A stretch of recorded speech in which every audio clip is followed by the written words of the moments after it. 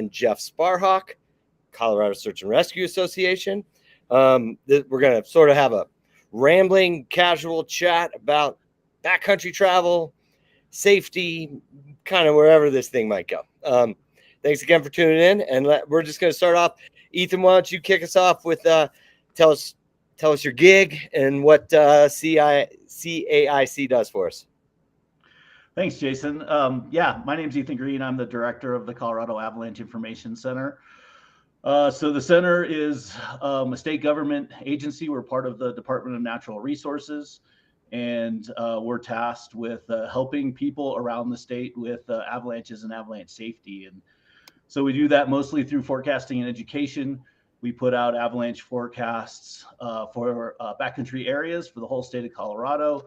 And then we also work closely with the Department of Transportation on avalanche safety program for the state and federal highways.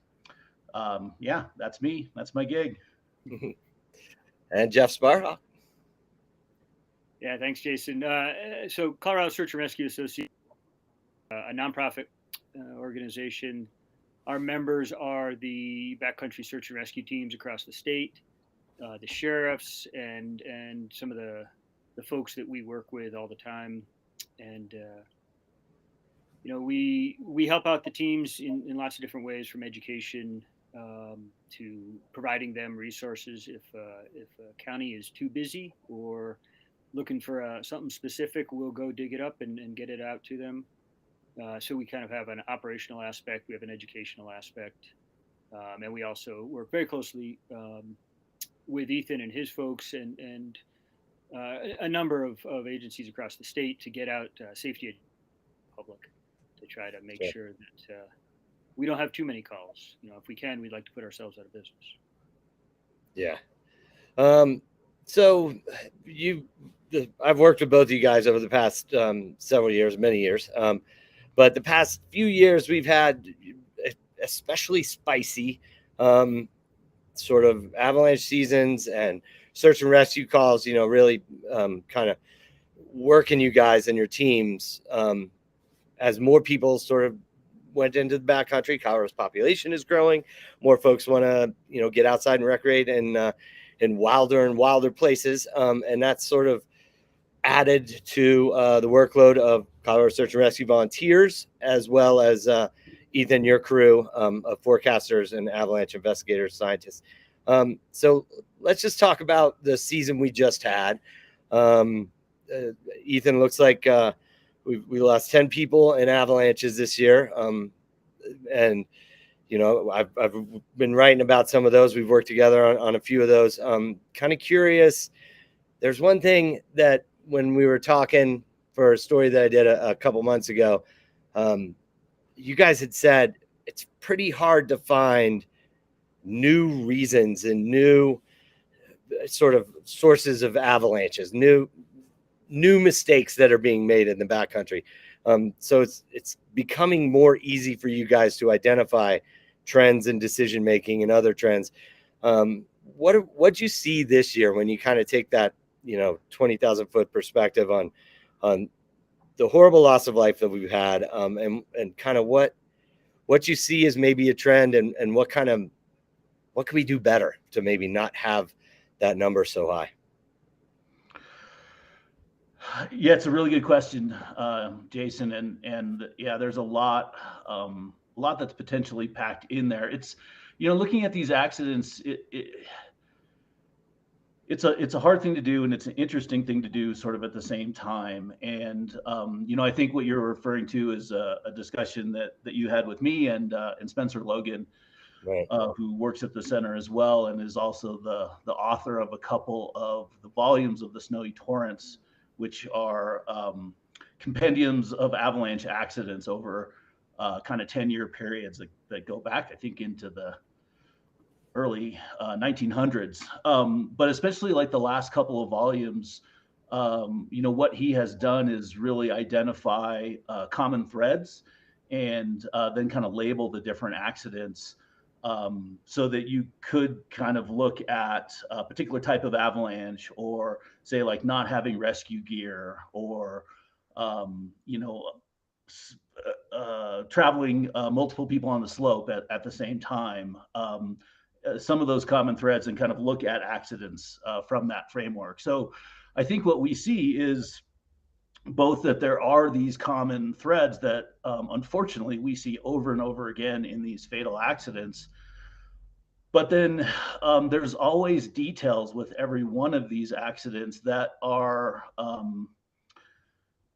I don't know necessarily unique, but they're different. So there's sort of this commonality and this individuality wrapped up together in these. And so, when we look at like kind of the broad overview, kind of like what you were asking, what can we do better? Unfortunately, a lot of it is really pretty basic avalanche safety stuff that you would learn in, the first the kind of your first avalanche class, whether it's an awareness class or a multi-day kind of level 1 course where you're out in the field. Like, you would learn the things that you would learn to do things that if you don't commonly lead to accidents. And I think there's kind of good news and bad news in there. The good news is that these accidents by and large are preventable. The bad news is that we're teaching people how to do this, and we're giving them information about that they can use in the backcountry. And many people are doing that successfully. They're implementing those strategies successfully, and they're going out using the public lands, having a good time, coming back safely. But occasionally somebody makes a mistake and it costs them their life. And so how to reconcile that is really tricky. And that's a lot of what we do, is both, try to give people more information, more strategies, reinforce some of these strategies, hopefully celebrate with them the success of implementing that. And then also look at these accidents, whether they're fatal or more near misses, and try to understand what we can do better and what we can tell people that they can try to avoid those situations. Yeah, it's truly one of the more fascinating aspects of your work and your reports is, walking that very fine line to give us things that we can learn, so that I can think about. I do that all the time when I'm traveling in the backcountry. I think about what I've read in your reports and your team's reports and Spencer's reports and Brian's reports. I think about that stuff, and it's always sort of bouncing around in my head. And I guess that's kind of the idea of those reports, is that you want to put something in our heads so that we can recognize a particular hazard, a particular behavior, or what do they call them? Heuristic traps, that kind of get us into a certain mindset that can maybe lead to a mistake where the margin of error is not good. I might add, the application of the teaching of the science is difficult, right? There are so many variables out there, and to get to the point where you really feel comfortable applying what you've learned just simply takes time and reps. And the irony is that the longer you do it, the more you are exposed to hazards that you can't really control. There's, it's like, you get better the longer you do it, but the longer you do it, the numbers are stacking up against you. They certainly are in terms of exposure. And I think, Jeff's point is a really good one. Like, we can't ignore the complexity. Like, these are hard things to navigate. They're very complicated situations. But we also, there's many people that are navigating, say, avalanche hazard in Colorado on a daily basis, and, doing it well. If we look at, the accident rate, like, it's starting to change with, 2 of the last 3 years having much higher deaths. But throughout the United States and Colorado, starting to change a little bit, but still is on this track of really fairly consistent, not a huge change, not a statistically significant change in the number of people that are getting killed in avalanches every year. But yet the use is going way up. I think we all Right. kind of agree that that's happening. And so, there's some good news in there, but also kind of a cautionary tale. Like, in a lot of ways, depending on what your goals are and how you want to try to approach this, and like Jason, you were talking about kind of the overall exposure. Lots of people do navigate this stuff, enjoy the backcountry, winter, summer in Colorado, and come home safely every day. What we can't ignore is that there are real hazards out there, and you really need to be prepared for them. And I think that's really both what my organization and Jeff's organization do is both try to educate people and educate people about the hazards, encourage them to be prepared, hopefully arm them with some information, and then, specifically the search and rescue groups, be there in case something goes wrong. Sure. I remember I took my first for level 1 in the 90s, and we were like looking at snow with little things and digging giant pits. And then I just refreshed it a few years ago, and we dug one pit real quick, but it was mostly like psychology class or something, like we're talking about ways to think and, why are you making that decision? Why do you think this will work? And, we had the phones and all the tech and everything. It's changed out there, the way that we educate. And I think, education is the key. And I think, Ethan, you do a great job when you're talking about avalanches. When danger's really high, you're obviously very like, hey, take it easy.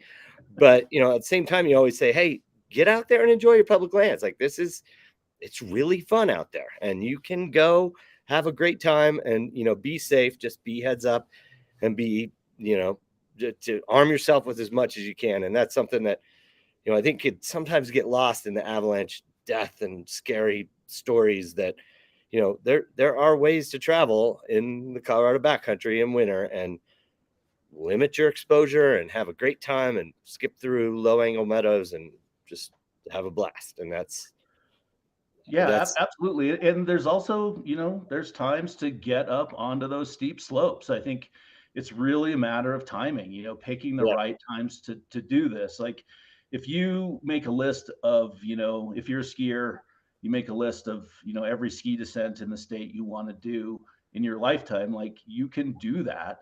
You just can't randomly pick one and do it tomorrow. You have to make sure that you line up the right day and the right route. And that's really, kind of the tricky part, and a lot of what Jeff was talking about in terms of the experience. But some of it really just is patience. And, we've had a couple of incidents, recently where we've talked to, like there was a fellow snowmobiling, and his group had talked about all of the hazards, and they had read the forecast. They really had it nailed in terms of what they were going to do. And he admitted, like, he just got excited, like, and just, wanted to get up on a slope. That is something that they had talked about not doing, but like, everything was going so well that day, and, it was such a beautiful day, and the conditions were so great. And sometimes it really is just kind of that momentary lapse that, that leads to a bad outcome. Fortunately, he had a close call, but nobody got hurt. So, not a very bad outcome, but, those are kind of opportunities for all of us individually to kind of learn about ourselves, and I think, part of, you were talking about, Jason, kind of the change in education. Part of it is that sort of group approach, where, you see me starting to shake and shiver and get excited about something, and you're like, hey, like, we said we were going to go there. And it really is kind of that, that team effort to keep each other safe. And, I like to think a little bit about, avalanche safety in Colorado as especially the backcountry part of it, as being this community effort. Like, the Avalanche Center is here to provide information for people and training. That information, it gets a lot better when people tell us what they're seeing out in the field, so that we can collect more information. So, never fear, Jason. We do have people out there looking at snow under microscopes every day, and digging snow pits. But getting that information back from the public is super helpful.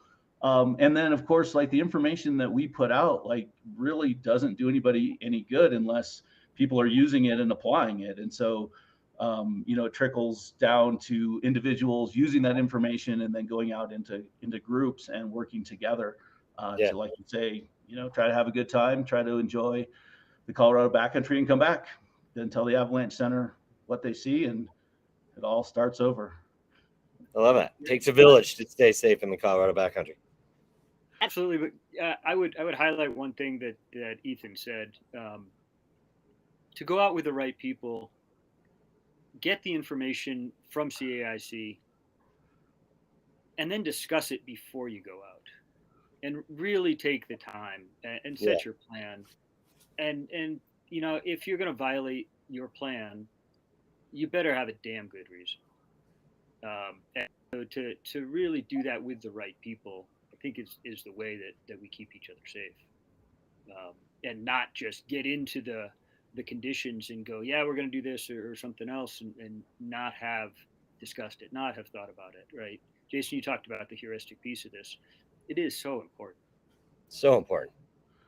Yeah, and I think that is the biggest change, I think, in Avalanche education over the last 20 years is there's a bunch of pieces. The heuristics are a big part of it, but that emphasis on trip planning, like get the information, sit down, think about where you're going to go. How does that fit in with the avalanche forecast? Are you moving into places that are highlighted in the forecast? If so, how are you going to manage that? Or should you pick something where you're just going to avoid those areas? And doing that as a group. And like Jeff says, then it's not just making that plan, it's going out and implementing that, and a lot of times reminding each other. We do that just as the CAC staff from that kind of workplace safety perspective, which is different, but similar in some ways, where we do these, fairly detailed plans that we have to discuss with somebody else in the Avalanche Center before we go out. And then typically we're like referencing that plan. We're like, hey, like we said, we're not going to go on to northeast facing slopes over 35 degrees. And we're about to do that. And typically we don't discuss whether we should or not. We just say, oh, we said we weren't going to do that, so we're not going to do that. But again, that's kind of workplace perspective. Yeah, that's a good idea. And I think we've seen a couple reports this season where plans kind of changed mid ascent, and that was one of the problems that was identified, and maybe mistakes that were made. But stick with the plan, make a plan and stick with it, and think hard about any deviation that might come from scanning a beautiful field of open, pristine powder. Hey, Jeff, a couple of years ago, we started talking about some pressures on search and rescue when things do go south in the backcountry, like they do for even people that are planning perfectly. We saw, you have 50 plus search and rescue teams in Colorado, 2,800 something volunteers, and they were, going out on 3,600 something, calls a year. Has that slowed down a little bit? Is it still that big? Talk a little bit about some of the stresses and changes for your search and rescue folks who are, kind of out there at the ready when things go wrong for us in the deep woods. Yeah. Before I do that, I do want to mention that really across Colorado, emergency response is a really big field. And quite frankly, it's an underappreciated and underfunded field, whether it's fire, law enforcement, EMS, search and rescue. There are a ton of people working side by side on all types of calls to make this kind of thing happen. So for instance, currently in Teller County, right, they got some fires going on. And the search and rescue team's down there helping with evacuations of these subdivisions to make sure that people are staying safe. It's not just that we're out there doing one specific thing. And it's often that firefighters or paramedics on ambulances or sheriff's deputies are they're right there with us in the thick of things. And so I think there needs to be an acknowledgement that it's a really big field. And I think that the numbers we talked about were kind of the COVID numbers, Yeah. and we got hit really, really hard during COVID. We had some huge stresses where everybody was going outside, right? That was the message. Stay local, and get outside, get out in the woods, which was great. We had big concerns about whether rescuers get COVID or if we have to quarantine an entire team. What are we going to do? How are we going to respond to this? How are we going to provide these services? But thankfully, we made it through that, and now the numbers have dropped to kind of what we were seeing before. So closer to say 3,000 calls a year. The teams are still quite busy. We had a relatively mild winter. Obviously, but the other ancillary calls that we often have seem to be lighter this winter. However, just in the past week or so, with the increased temperatures, calls are picking up really quick. So I just heard that Summit County had 5 calls in 48 hours. Oh, wow. And so, this is people not necessarily appreciating the change in the snowpack, not appreciating they need snowshoes, not recognizing that it's going to still get cold at night, things like that. And so we expect that while we might have had a slower than average winter, we'll get back to the averages. So it will probably be a busy summer for us. Sure. Yeah, we're going to see some pretty strong runoff. So your river teams are going to be busy. Yeah, water's going to be potentially quite dangerous in lots of different areas. And people really need to be paying attention to that, especially if they cross water in the morning and then want to recross in the afternoon after the rivers have come up. Things might get a little spicy. So we have a really robust database of whitewater accidents. I don't know if you guys, I know, Ethan, you paddle a good bit. Is there any crossover on kind of the decision-making focus? I just got a note from a reader saying, what is a heuristic? So maybe Ethan, real quick, run through, the heuristic trends that we've seen that have been identified and the winter side. Does that apply at all to summer, river, hiking? It's got a little bit, right? There's got to be some crossover. Yeah, so heuristic is really just a fancy word for a rule of thumb. So it's essentially a shortcut for making decisions, and they manifest in all aspects of our lives. They're sort of an important part of how we make decisions. And then, like you said, Jason, there's been some that are some specific ones that that pop up again and again, either in the literature or in reviews of avalanche accidents. So like familiarity with terrain is one. Talk about the expert halo, where there's one person in the group that everybody feels like they defer to for making decisions. And in that regard, I think there are some commonalities with like whitewater accidents. One of the tricky things about avalanches compared to whitewater is that a lot of the whitewater hazards you can see, and sometimes you can't see the avalanche hazard. You can see the terrain, but recognizing whether it's really dangerous or not as hazardous can be kind of tricky. That's obviously not 100% true in rivers, but that's one piece of it. But I think, like Jason, you probably have experienced.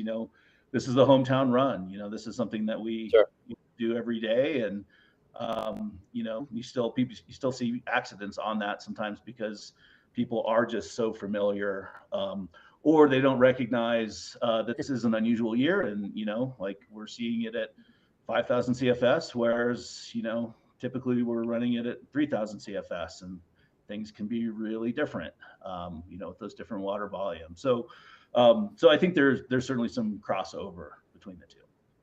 Sure. So one thing I was hoping we could chat about real quick is that we got some new funding for both you guys coming in. Things are checking in with Colorado Parks and Wildlife. The Keep Colorado Wild Pass, $29 on every registered vehicle in Colorado, is providing a big pile of money for parks. And once they hit a certain level, which they're pacing at apparently, going to get some money for Colorado Search and Rescue Teams and Colorado Avalanche Information Center. So wanting to talk a little bit about, let's start with you, Jeff, on what this funding, I know that you were going to use it for some training and support for your volunteers.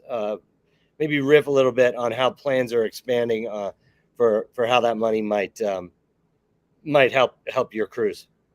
Yeah, it's a good question, and it's a discussion in progress. The Colorado sheriffs are very much involved in all of search and rescue, but Sure. Especially in this funding aspect of it.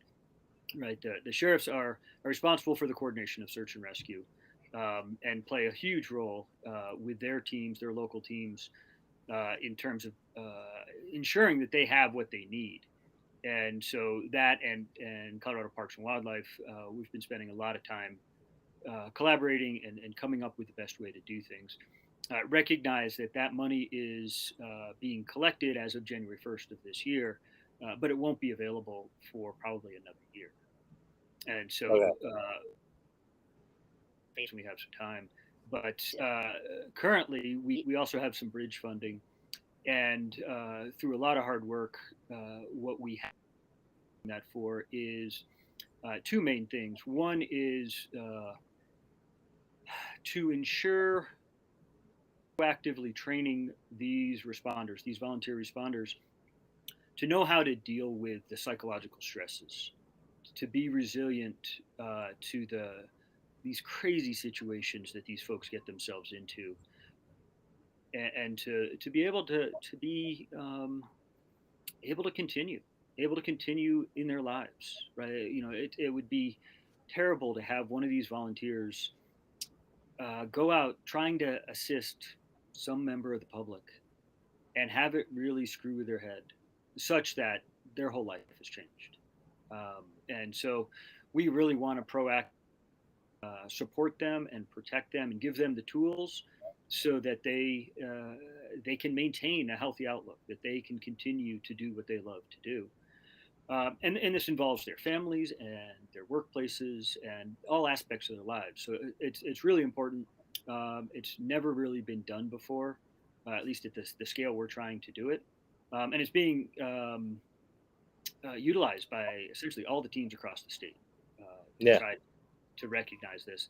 The other thing we're doing is we're really working to help all of these teams improve the equipment they have, improve the training they have, right? Some of the kind of low-hanging fruit stuff that we can buy. However, with the shortages, the supply chain stuff that's still going on, purchasing trucks is still a slow process, or purchasing ATVs and things like that. So we're trying to better outfit these teams so that they're prepared, and quite frankly, so that these volunteers don't have to spend time doing fundraising.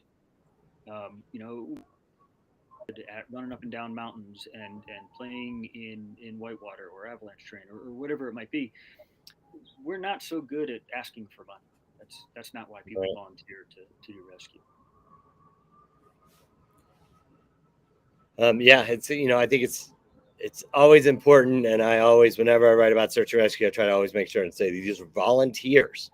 These are people with full-time jobs and just working away, grinding it out in hard mountain towns where it's difficult to make a life and make a living, and they're taking time away from their families and their work to go rescue us. And sometimes they see horrible stuff. I think search and rescue folks are stoked to have you advocating for them, Jeff, in the State House and getting that kind of care lined up for them as they deal with that stuff. Like it's got to have some weight at some point if you respond to enough of these things. And you're a volunteer who likes the outdoors and likes to go rock climbing, and you're exposed to some of the more horrifying outcomes of what you love to do. It can be, I don't know, you probably deal with that too, Ethan. You're like, it's hard. Is it hard for you fellas to go out and have a good time in the woods sometimes after what you've seen and read and researched and report? And I don't know. I used to be one of the rangers here in the city of Boulder, right? So the Flatirons were my responsibility, and I used to climb all day, every day, and I for a number of years I just simply stopped climbing, other than on rescues, and it was work, and there was no getting away from it. So yeah, it is difficult. And everybody's going to be different in terms of how they approach it and what they do. But also recognize that by and large, these volunteers are paying their own way. Yeah, exactly. Right. And so they're paying out of hundreds of thousands of hours every year to be able to provide these services. So there's stresses in areas, whether it's, family finances or maintaining a job, or if you live in a mountain town, maintaining 5 jobs just so you can live there. And being able to do all this is really tough on folks. I know, as you guys both probably know, my father, the amazing Mike Blevins, is with the Greene County Search and Rescue, works for them. And, there's a lot of old timers that are on search and rescue teams because all the young folks are grinding it out. Like you said, 5 jobs, it's hard to cut away, and do that kind of stuff. And so you tend to find, folks who maybe have a little extra time on their hands volunteering. And that could be one of the challenges for keeping those teams vibrant, right, Jeff? Like kind of, getting that young blood in there. That's a challenge that, I think you're seeing across the high country and in all sorts of industries. Just the fact that if you didn't get there a long time ago, you got to grind it out to make it happen. Yeah, housing is a huge issue. Or so many aspects of life in Colorado right now, and I do think that somebody who has the luxury of time likely is retired or near retirement, and those people are great. They have Sure. a life worth of experience that if they're willing to provide it, we're going to tap into. However, for how many years do they have strong backs and strong knees, and can they run up and down hills?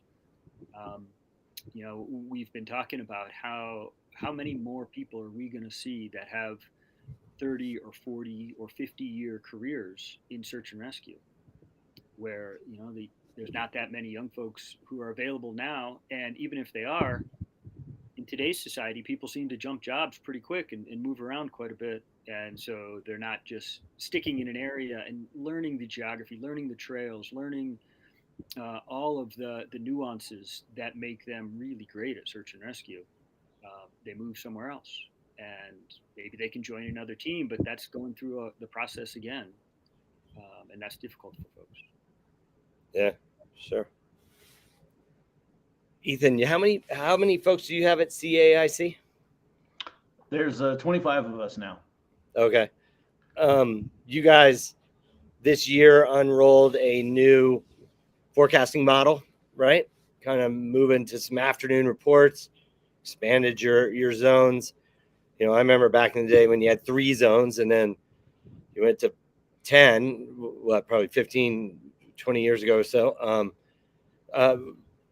How did that, tell us a little bit about that new forecasting model, how it worked for you guys this year, and then how maybe the increase in funding will, because you guys also got that bridge funding, right? Did I read that? Yeah, that's right. So that's so some of that bridge funding, made the new website, which allows for that dynamic zone model to work. So we that's some of what we've been using, the funding that we've been getting, and sort of looking towards the future and building kind of this flexible model that will allow us to produce more detailed forecasts as we get more information, whether it's increasing modeling or data collection or remote sensing. So it really allows us to kind of grow as the information grows in some ways. And yeah, I mean, essentially, like you're talking about, the center actually back in the 70s started out with just products for the whole state, and then moved to the kind of northern, central, southern mountains paradigm until probably 2006 or something like that, and then moved to those 10 zones, which we've been using for many years.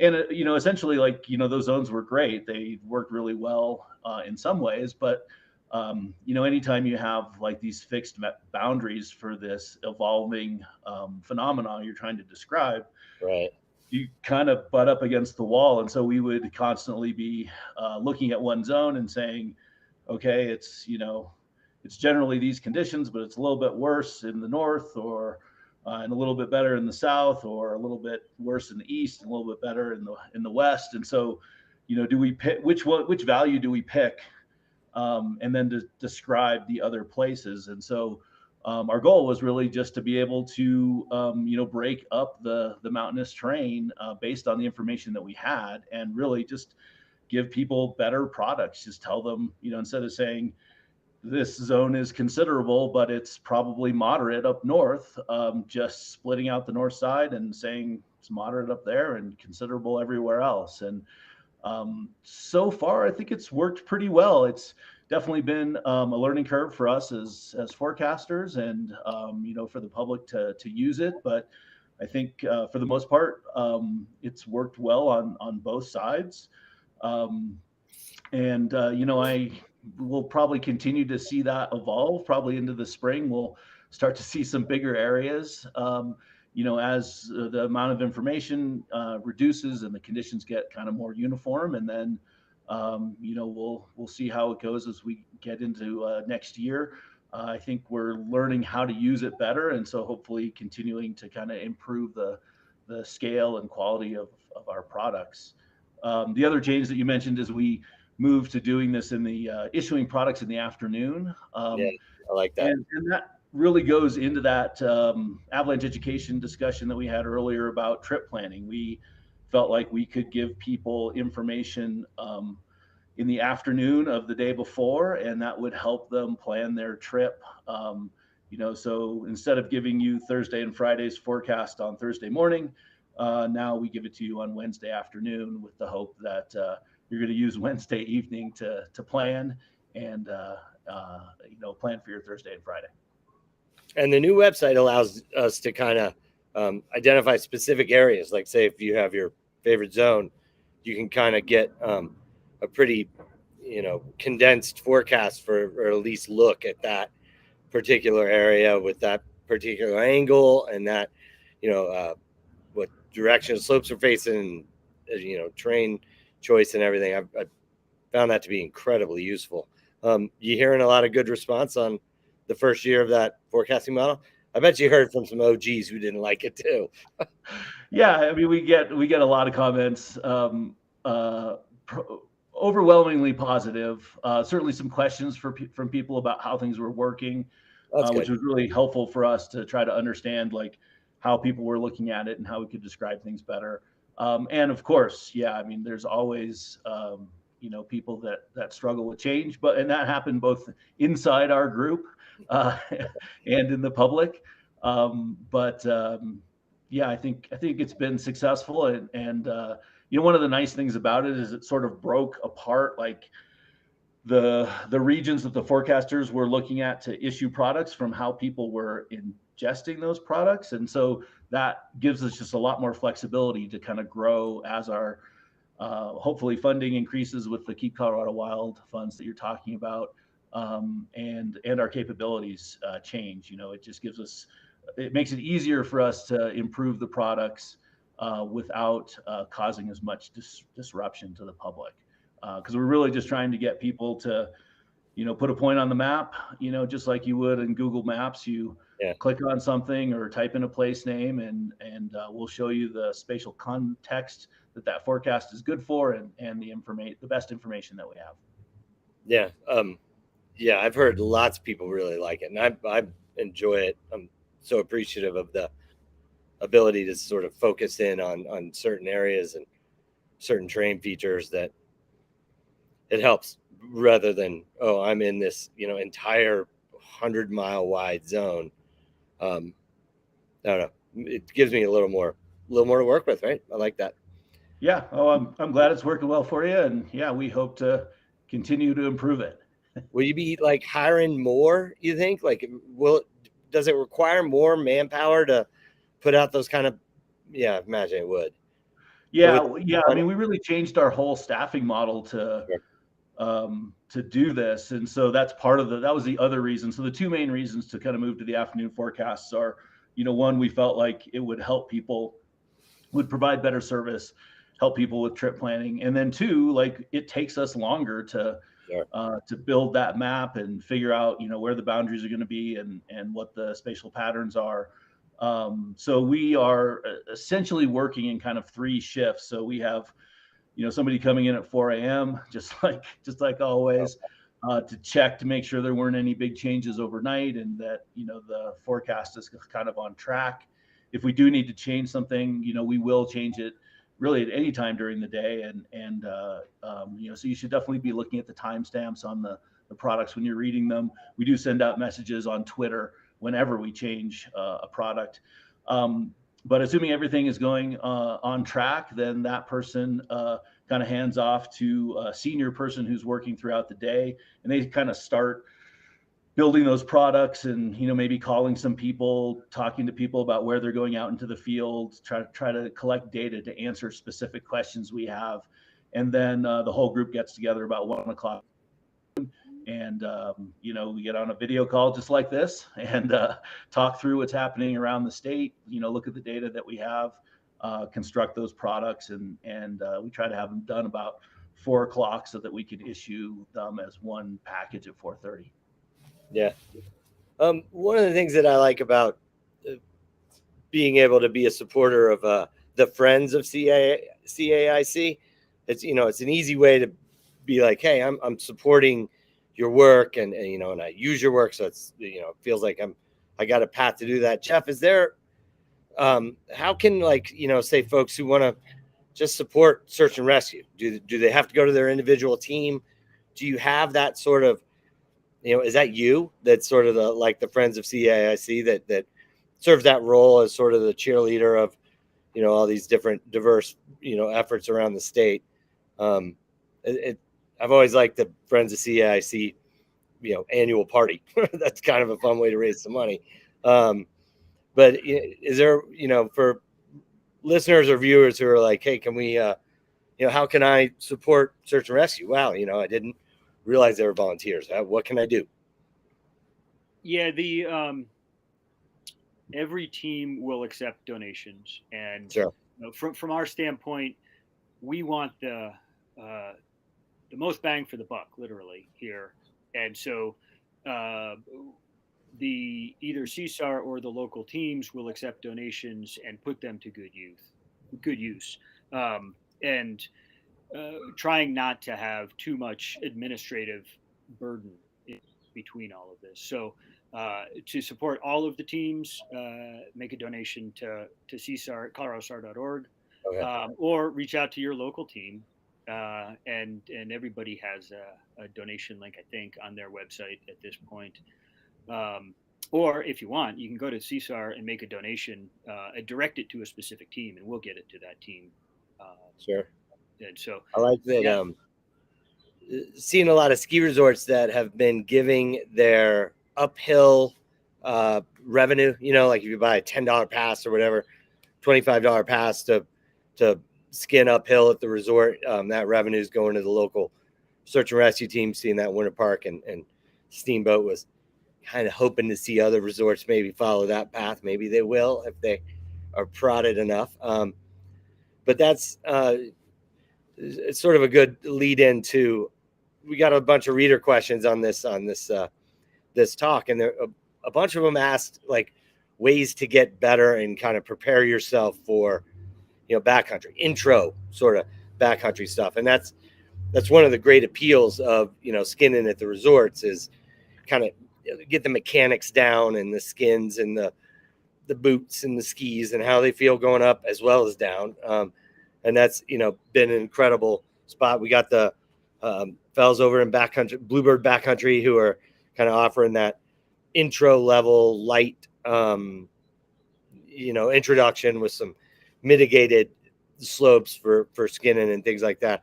What are you guys seeing in terms of that sort of step into this more advanced backcountry play, whether it's going on a hike or, overnight backpacking to, like crazy stuff? I remember Mountain Rescue Aspen a few summers ago had that crazy stretch with the, people climbing in the Elks, and they weren't too prepared. And I think they came down to Denver and did these presentations saying like, hey, the Elks are like black diamonds, and don't go, start your 14er hiking gig at, on Capitol or something like that.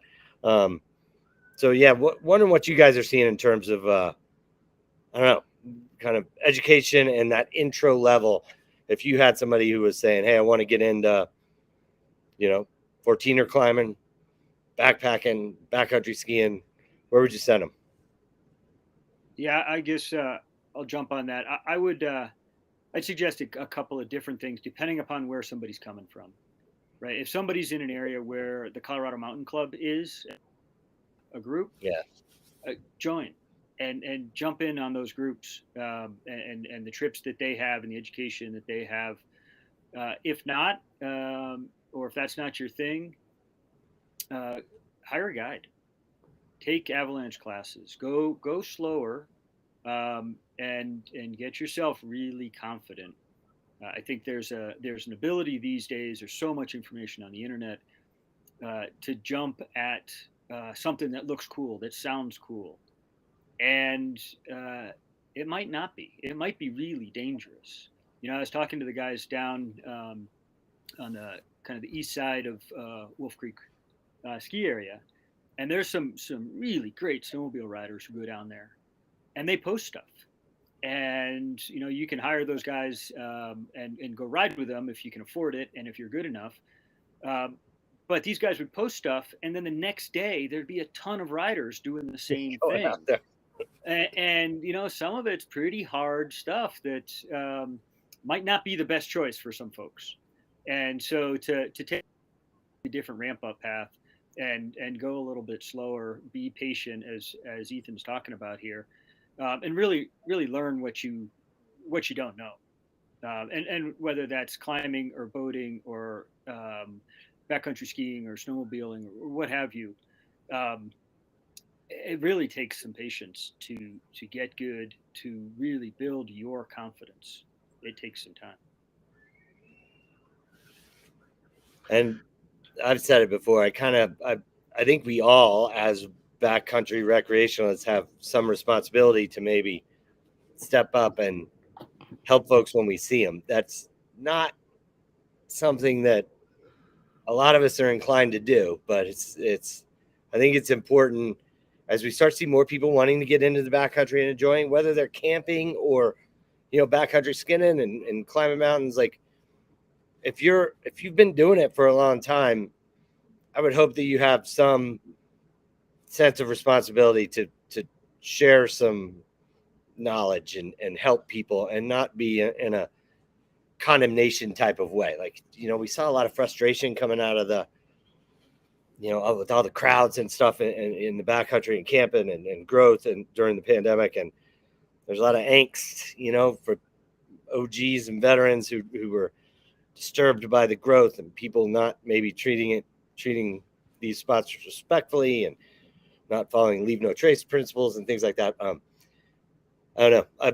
I think that educational component and kind of helping shepherd, newbies into some of these, scary situations is something that should be on all of us, not just guides. Like, all just kind of work together. Back to Ethan's point with kind of the community approach, education and safety we can all take a little bit of that. It shouldn't all be Ethan's job. Yeah, no, I think that's a really good point, Jason. And there's always going to be the odd person that doesn't have the greatest intentions. But I think the vast majority of the times when Sure. when all of us see people that aren't treating the mountains and the wilderness the way that we were taught, is just because they weren't taught that yet. Like they're earlier in their learning curve. They're still trying to figure out, what is the trail etiquette, what is leave no trace, what is being prepared, look like, how does avalanche safety work, what's the best knot to tie in on your harness, like all that stuff. And so taking courses is a great way to accomplish some of that stuff. Hiring a guide, if you can afford it, is a great way. From the winter recreation piece, like there are groups out there that are not only teaching avalanche courses, but teaching, some basic skills, like ski touring. There's a bunch of really good kind of snowmobile groups now that are teaching, Yeah. hard skills. And then, a lot of it is just, building friendships and hopefully, interacting with people. And I think we've all kind of grown up and benefited from,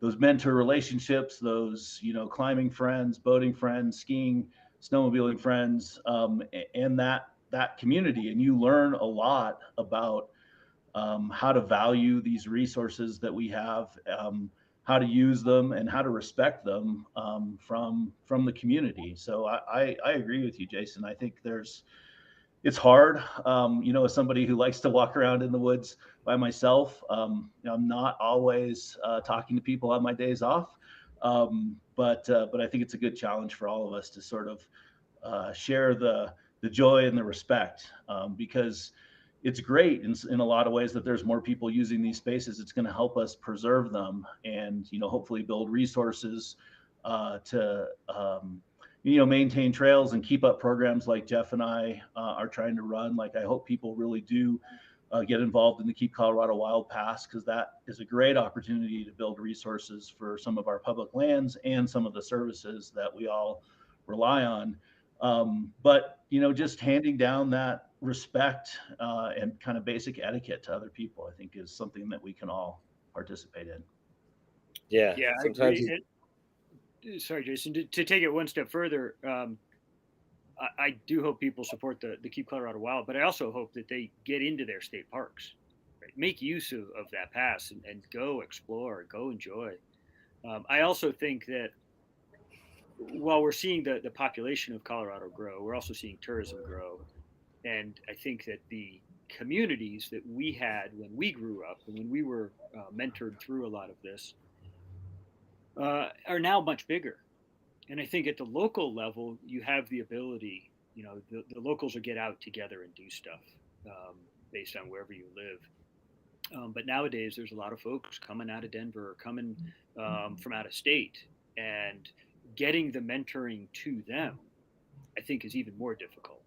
And that's going to be a challenge that we're going to have to figure out.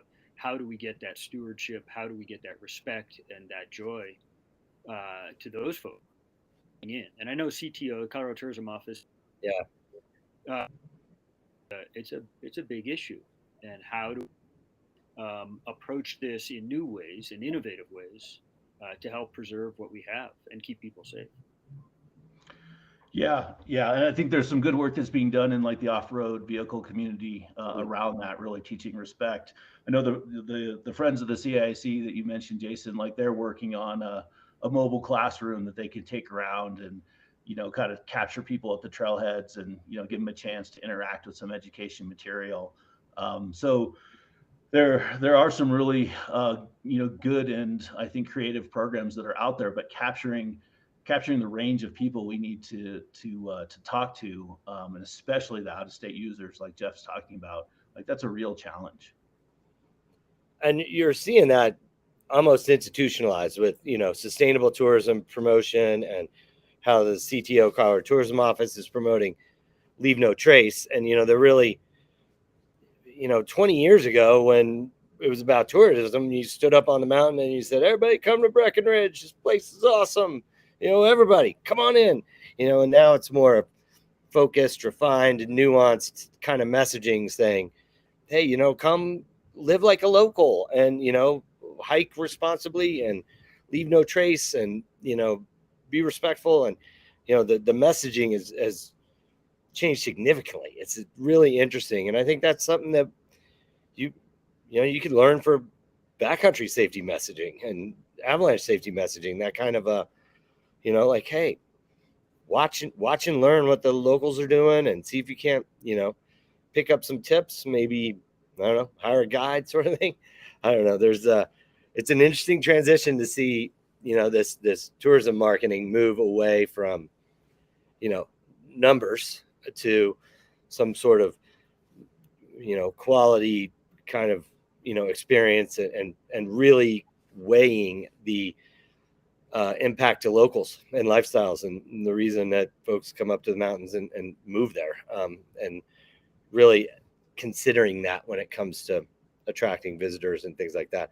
And I think you're seeing a lot of that messaging kind of trickling into the backcountry, which is good. Yeah, absolutely. I mean, I think that years ago, that, like you were talking about, the tourism was really about coming to Colorado to the ski area, or Right. you know, coming to like one of the national parks or something like that. And now we are seeing, you know, so many more people interested in these, you know, wild areas where there aren't necessarily services, but there are great recreational opportunities. And, you know, again, that's really great in a lot of ways, if it gives us resources to help people stay safe and also to preserve those areas. But it does make the communication a lot more difficult, you know, like especially for winter backcountry users, you know, there's no tickets to buy, there's no turnstiles to go through. And so those common points where we can reach people, we just don't have those tools. And so we have to rely on other ways of getting their attention. Sure. Yeah, and I think it's a nuanced discussion with philosophy. What do our mountain communities want, right? And how do they support their residents? How do they maintain jobs? But I also think, Jason, as you're pointing out, on the backcountry side, from a backcountry search and rescue standpoint, it's a question of what services should be expected. Right, there are people who we've rescued who ask us, "Why did it take you so long to get here?" Right, and not recognizing, get out of work, drive, hike, whatever it is, and whatever time it took them to get there, well, it's probably going to take us something similar if we can even park at the trailhead. Right, we may be parking 2 miles away, just so we can get there to help them out. And so, I think that setting reasonable expectations is also a big piece of this. Yeah, and again, it, you know, goes back to education. And, you know, we've got the information from Ethan, we've got, you know, just an incredible technological pile of resources right now with little gadgets in our pockets that can tell us slope angles and, you know, latest weather patterns and everything.